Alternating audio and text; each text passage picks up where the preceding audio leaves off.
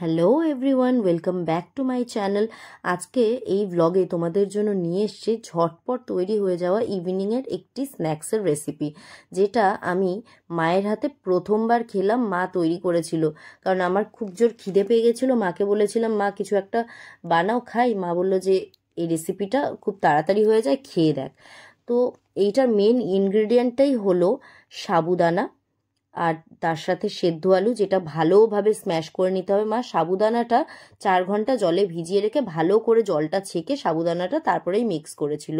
তোমরা তোমাদের মনের পছন্দের মতো সবজি ইউজ করতে পারো। মা ধনেপাতা ইউজ করেছিল, তার সাথে পেঁয়াজ, কাঁচা লঙ্কা, টমেটো, গাজর এবং বিনস ইউজ করেছিল, এবং তার সাথে মশলার মধ্যে কিছু আদা কুচি, সামান্য পরিমাণ হলুদ, লঙ্কার গুঁড়ো, এছাড়াও টেস্ট ওয়াইজ লবণ ইউজ করেছিল, আর তার সাথে ইউজ করেছিল সামান্য পরিমাণে গোলমরিচের গুঁড়ো।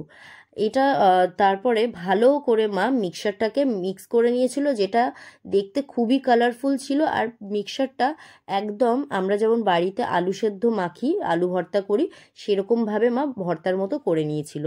তারপরে এটাকে কাটলেটের শেপ দেওয়ার জন্য মা হাতে সামান্য পরিমাণ তেল নিয়ে ওটা হাতে করে কাটলেটের শেপ দিয়ে দিয়েছিল। তারপরে কড়ার মধ্যে বেশ খানিকটা সাদা তেল ইউজ করেছিল। তোমরা চাইলে যে কোনো তেল ইউজ করতে পারো, কিন্তু একটাই কন্ডিশন, ডুবো তেলে এটা ভাজতে হবে।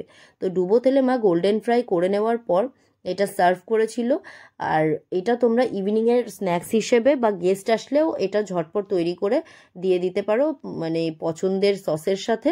তো এই রেসিপিটা তোমাদের কেমন লাগলো যদি ট্রাই করো, অবশ্যই কমেন্ট করো।